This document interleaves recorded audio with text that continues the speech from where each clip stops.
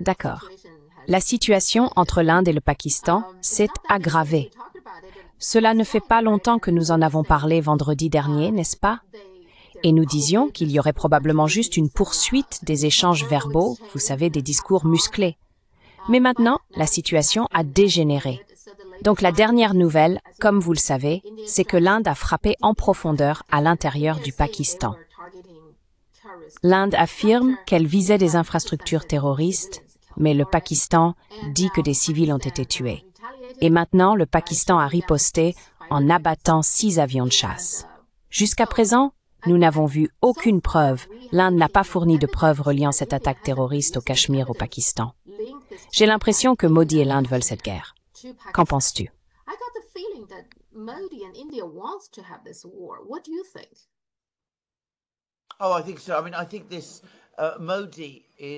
Oh, je le pense. Je veux dire, je pense que Modi est un Premier ministre qui est devenu Premier ministre de l'Inde en s'appuyant fortement sur un programme nationaliste. Et quand je parle de nationalisme, je veux dire un programme nationaliste hindou. Il est un partisan de ce qu'on appelle Hindutva, qui considère essentiellement la civilisation hindoue comme la civilisation de l'Inde et autour de laquelle l'Inde devrait être construite. Je ne pense pas qu'il aime beaucoup les musulmans. Je ne pense pas qu'il aime beaucoup le Pakistan non plus. Et il y a sans aucun doute une certaine virulence dans tout ce mouvement en Inde, ce qui est préoccupant.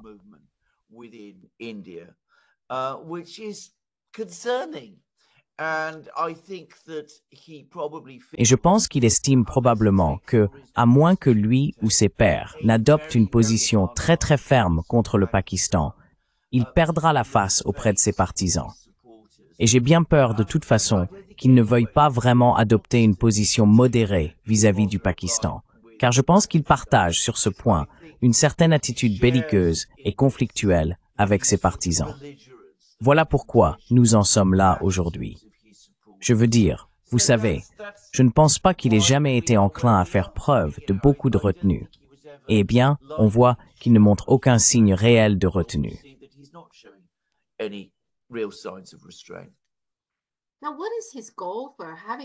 Alors, quel est son objectif en entretenant ce conflit avec le Pakistan?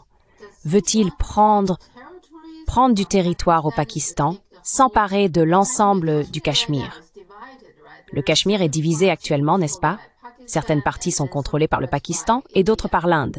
Veut-il s'emparer de tout le Cachemire ou même aller au-delà? Quel est son objectif dans tout cela?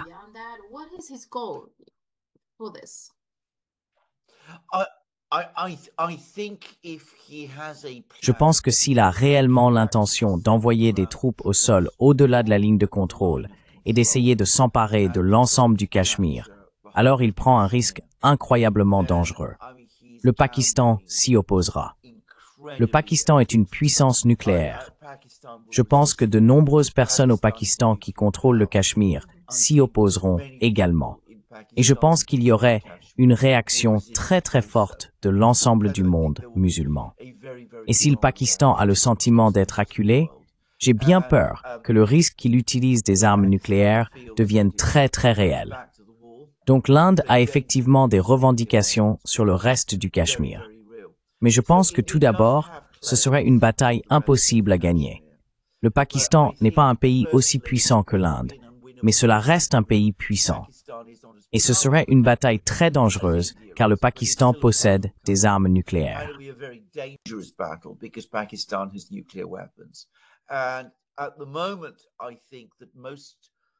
Et en ce moment, je pense que la plupart des pays dans le monde, sinon exactement favorables à l'Inde, ne vont au moins pas faire d'efforts particuliers pour la freiner. Mais si l'Inde commence ce qui serait perçu comme une guerre de conquête, alors j'ai bien peur que la donne change, et les pays qui étaient jusque-là sympathisants de l'Inde cesseront probablement de l'être. J'espère que des gens expliquent tout cela au Premier ministre Modi et lui disent « Tu peux aller jusque-là, mais pas plus loin ». Si cela se limite à quelques frappes de missiles et de l'aviation, alors la communauté internationale l'acceptera. Je veux dire, elle ne sera pas contente, mais elle l'acceptera. Mais si on commence à entrer dans des scénarios de guerre totale, alors bien sûr, tout changera. et la position de l'Inde deviendra isolée dans le monde entier.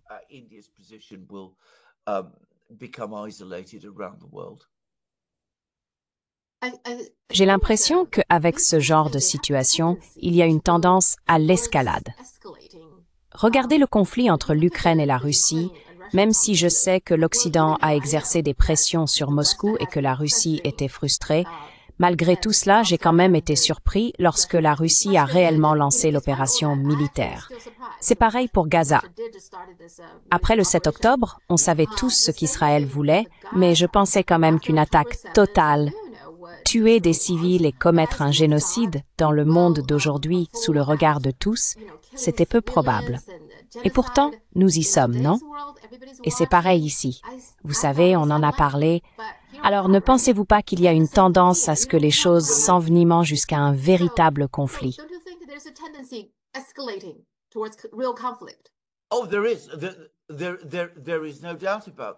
Oh, il y en a. Il n'y a aucun doute là-dessus. Je veux dire, je pense qu'il y a des différences. Vous avez parlé de l'Ukraine, et c'est certain, je pense que beaucoup de gens ont été très surpris lorsque les Russes sont effectivement entrés en Ukraine. Mais néanmoins, et malgré cela, et ils ont subi des conséquences politiques et diplomatiques pour l'avoir fait. Je me souviens que pendant environ un an, ils étaient vraiment en difficulté sur le plan diplomatique.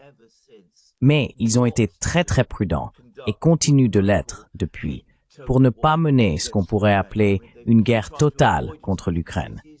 Ils ont essayé d'éviter d'attaquer les villes, d'éviter de frapper les infrastructures civiles. Ils ont annoncé des cessez-le-feu occasionnels. Comme Poutine vient de le dire, ils ont essayé d'éviter d'être provoqués à prendre des mesures qui, au final, se retourneraient contre eux.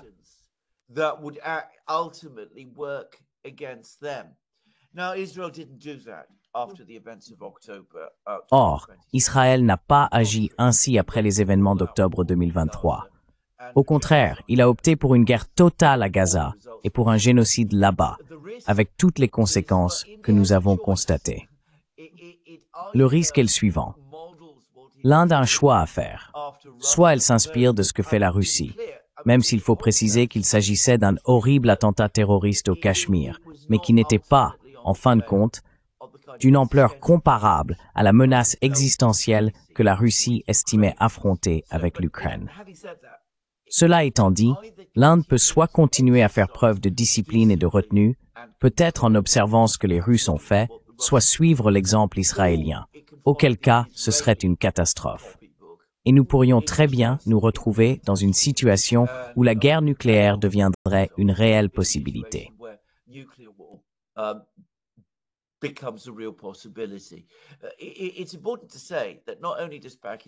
Il est important de préciser que non seulement le Pakistan possède de nombreuses armes nucléaires, mais, d'après ce que je comprends, le processus de prise de décision y est décentralisé. Et le Pakistan a une doctrine de première utilisation, ce qui, inévitablement, est le cas, car il est de loin la partie la plus faible.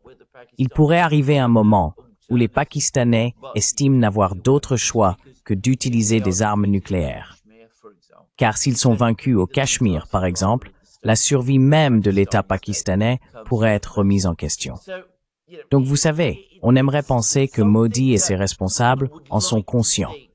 Je sais qu'il y a beaucoup de gens en Inde qui le comprennent, mais le passé de Modi, ainsi que celui de son mouvement politique, laisse planer un grand doute sur le fait qu'ils en aient réellement conscience.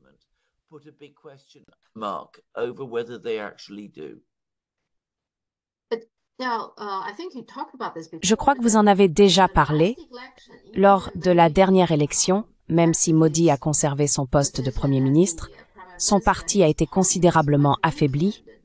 Est-ce que cela pourrait être sa façon de regagner du terrain, de détourner l'attention des gens? Est-ce que cela fait partie des raisons pour lesquelles il est si désireux d'avoir ce conflit? Est-ce possible?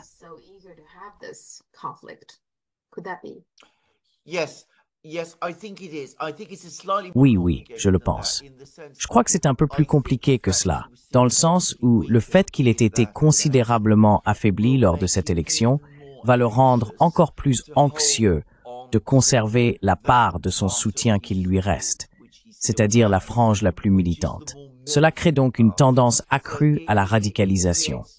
Et d'ailleurs, j'ai rencontré des Indiens qui n'aiment pas les musulmans, et la façon dont ils parlent des musulmans est vraiment glaçante, en fait. Je veux dire, cela peut être très, très effrayant et vraiment, vraiment laid.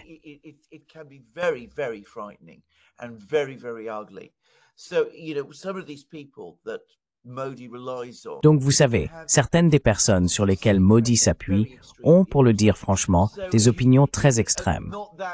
Ce n'est donc pas si différent, disons, des colons israéliens en Cisjordanie en termes de ce genre de vision, eh bien, si vous voulez, extrême, presque fanatique. Cela va donc le pousser à adopter une ligne dure. Mais aussi, encore une fois, c'est la méthode classique pour un dirigeant en difficulté d'essayer de renforcer son soutien. C'est précisément, vous savez, déclencher une guerre. Il y aura un effet de ralliement autour de vous parce que vous êtes le chef de guerre. Si cela se passe bien, vous en ressortez comme le génie.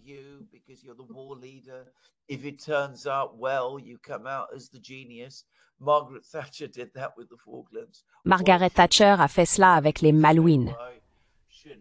Pourquoi Modi ne dirait-il pas « Pourquoi cela ne fonctionnerait-il pas aussi pour lui ?» Mais il doit réfléchir un peu, je pense, quand il fait ce genre de choses. Il s'est aliéné beaucoup de pays musulmans dans le monde, n'est-ce pas? Ce qui représente beaucoup de pays, une énorme population, des populations musulmanes. Il doit aussi en tenir compte dans sa réflexion, non?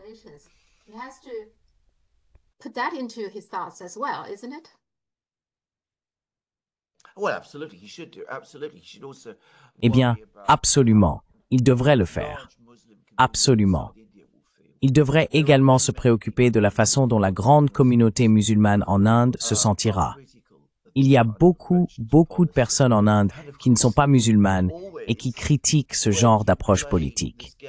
Et bien sûr, chaque fois que l'on joue à ce jeu de la guerre, il faut considérer les risques de ce qui se passe en cas d'échec. Vous savez, la guerre est l'une des choses les plus dangereuses à entreprendre. Les guerres sont très faciles à déclencher. Elles sont très difficiles à terminer. Et comme l'un de nos grands écrivains et analystes de la guerre, Niccolò Machiavel, l'a dit un jour, les guerres ne se déroulent jamais comme l'avaient prévu leurs initiateurs. Ce sont les événements les plus imprévisibles. Vous pouvez penser que toutes les chances sont de votre côté et que vous allez remporter la victoire. Mais il faut toujours être prêt à la possibilité que, au contraire, vous puissiez subir une défaite.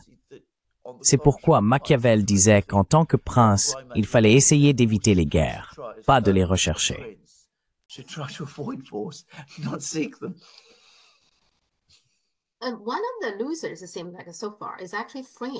L'un des perdants, semble-t-il jusqu'à présent, est en réalité la France.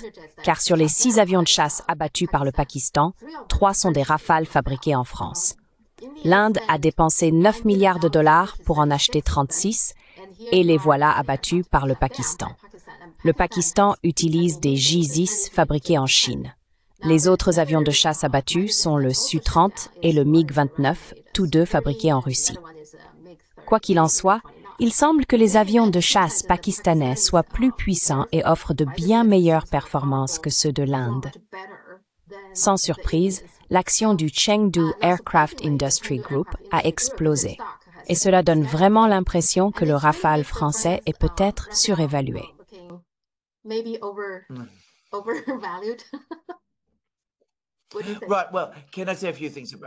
D'accord.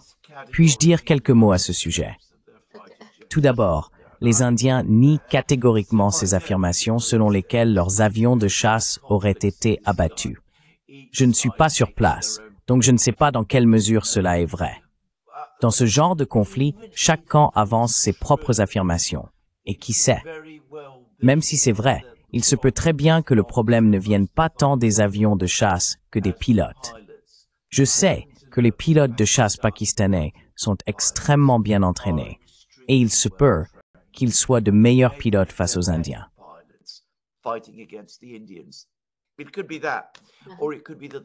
Cela pourrait être cela, ou bien il se pourrait que les tactiques utilisées par les Indiens soient de toute façon complètement erronées.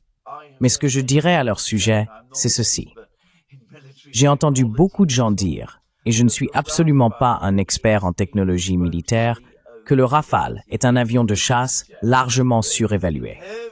Il a été fortement promu par la France comme le meilleur avion de chasse produit en Europe.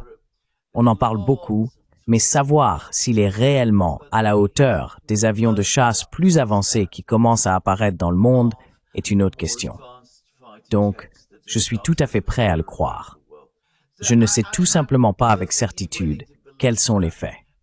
I just don't know definitely what the facts are.